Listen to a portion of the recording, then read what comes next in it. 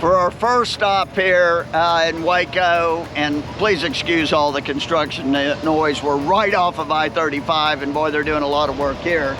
But Stacey and I have been looking forward to coming to the Texas Rangers Hall of Fame and Museum. And no, this is not Texas Ranger. This is not the baseball team. But we're, you know, ever since we were in Burton at the Cotton Gin Festival and met a bunch of the Texas Rangers, and they were also talking about another museum that's going to be opening up for the Texas Rangers. But yeah, let's go in and take a look.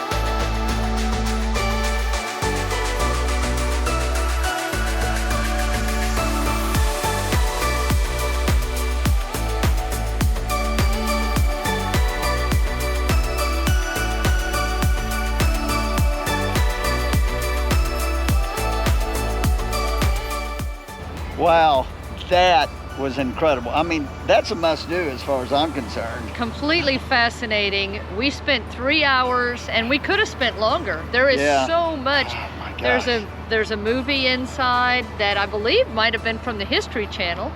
Yeah. I couldn't even tell you the displays, the stories. Incredible. There's Very a well lot. done. I learned a lot about the Texas Rangers that I definitely did not know. That nowadays, the Texas Rangers in the state of Texas is like the FBI of the Texas.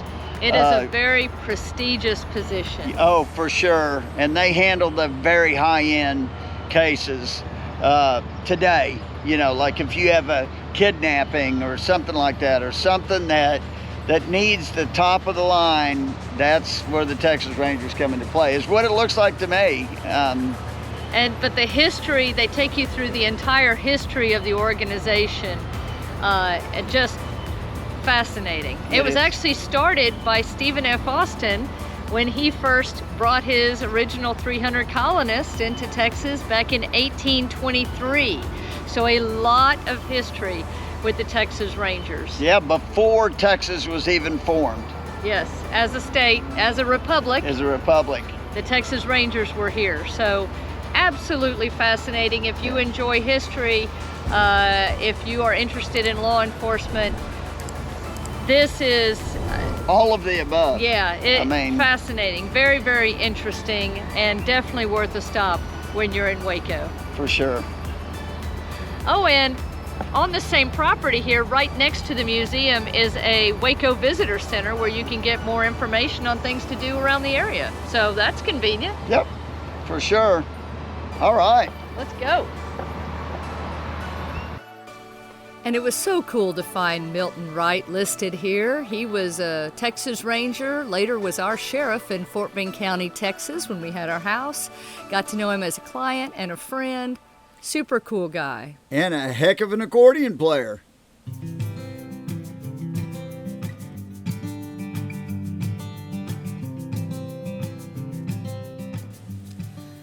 For many travelers these days, a visit to Waco starts here at the Magnolia Market.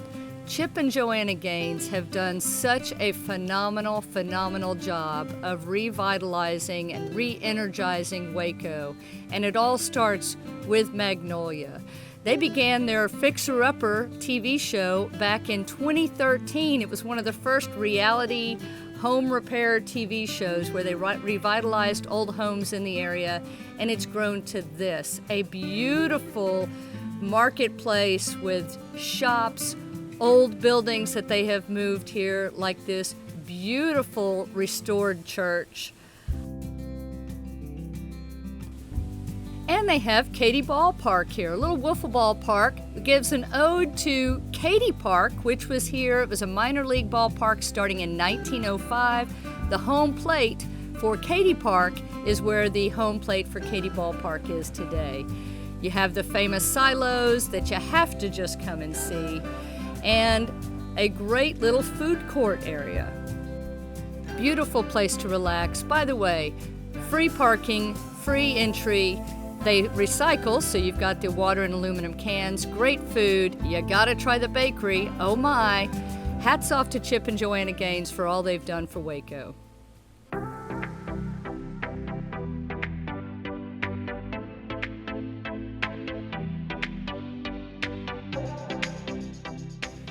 And while you're at Magnolia, don't forget to come just a block or so away to one of the oldest buildings in Waco. This is the Dr. Pepper Museum. Yes, Dr. Pepper was founded in 1885 in Waco, Texas, and that predates Coke by a few months. Coke launched in 1886. It was founded at the Old Corner Drugstore here in Waco by Dr. Charles Alderton. And the 23 that used to be on the can is for the 23 ingredients that went into Dr. Pepper's recipe.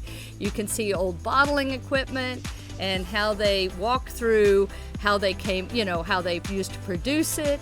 Right here in Waco in the original bottling plant, you've got signage and marketing materials, and it's a walk through the history of cola in general. Very, very interesting.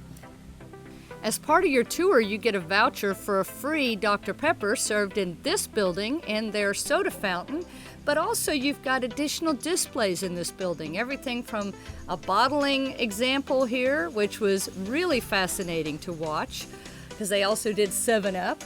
And you've got some old delivery vehicles in here, some additional exhibits to look at. But let me talk a little bit about the soda fountain, because if you are a fan of Dr. Pepper floats, you are in luck. You can take that free sample voucher and turn it into a Dr. Pepper float made with Bluebell ice cream. The best of Texas right there, baby. Okay.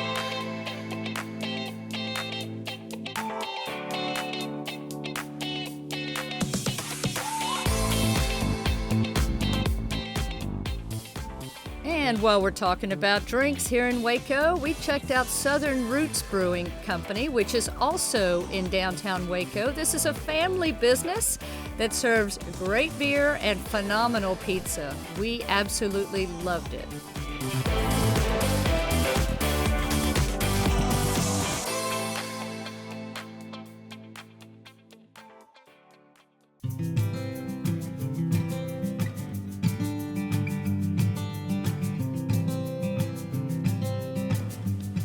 Now, this was a place that we didn't know about before this visit to Waco. The Homestead Village sits on the Brazos de Dios farm, and it's a step back in time. This is a place to come. It reminds us a lot of the Amana colonies in Iowa, if you've ever been there. It's like a step back in time where things are as they were 100 years ago, maybe.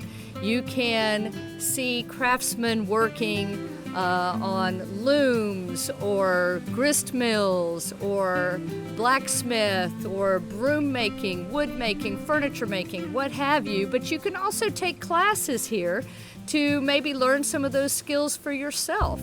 It's a very interesting and beautiful location. Lots of nice walking trails for a beautiful day. You can have lunch here as well. They have a cafe. And you can talk to some of the craftspeople to learn more about their skills and maybe pick up a new interest of your own while you're here.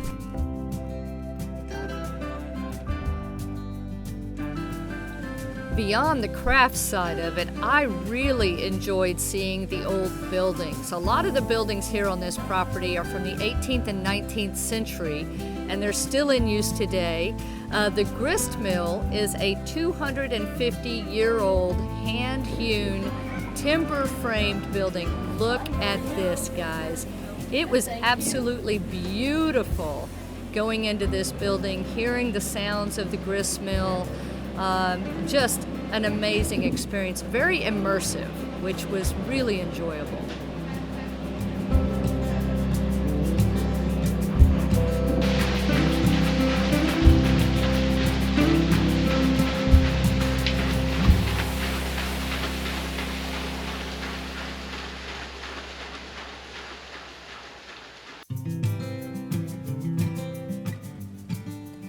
So you got to visit all of the buildings here at Homestead Heritage, but the blacksmith shop was one of our favorites. So neat to go in and see the guys working.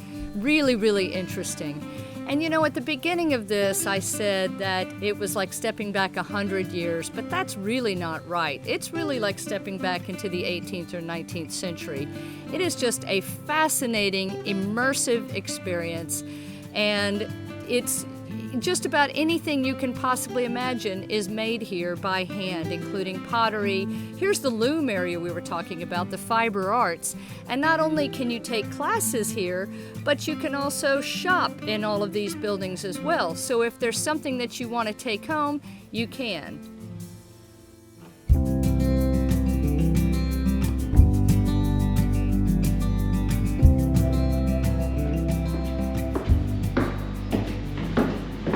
First time I've ever been in a cheese cave. That's for sure. Oh my goodness.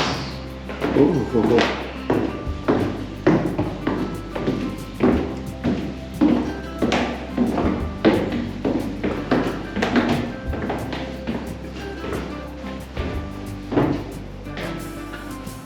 Wow. And it is a lot cooler in here than it is outside. Yeah. It was really neat to see the cheese cave, and believe it or not, y'all, back when we had our Sticks and Bricks house outside of Houston, we bought cheese from the Brazos Valley Cheese Company at the farmer's market. Homestead Craft Village was a great way to spend the better part of a day. Make sure you set aside several hours for this experience. Parking is free, admission is free. The only money you're going to spend is on things that you buy or classes that you take. But what a phenomenal experience, and such nice folks here. Hi, Bonnie. And this is a working farm, so don't forget to take the time to meet the animals.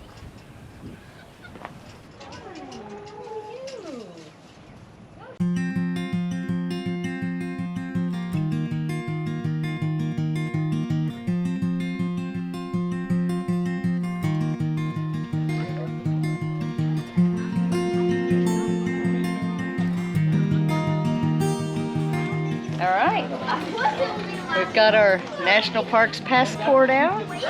Southwest region. Here we go.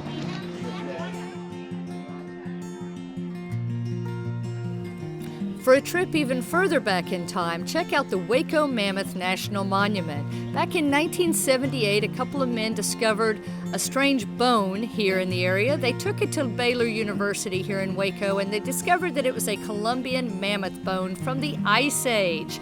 This is the second mammoth site that we've been to. The other was in Hot Springs, South Dakota, also awesome. This one in Waco is a national monument, and there are hiking trails here, but it's really all about the Columbian mammoth, which at one time lived between Canada and Costa Rica. You can see the dig site, you can see guys at work here, just a phenomenal experience. And if you have the National Parks Pass, your visit is free.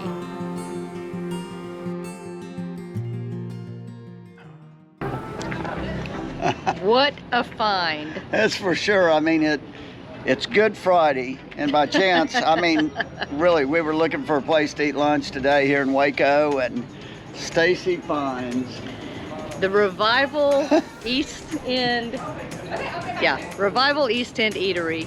Used to be an old church, and now it is a fantastic restaurant since 2019. You have to come here. Everything was absolutely delicious. The service is great. It's a sandwich place, but they were great. We both got the Rachel.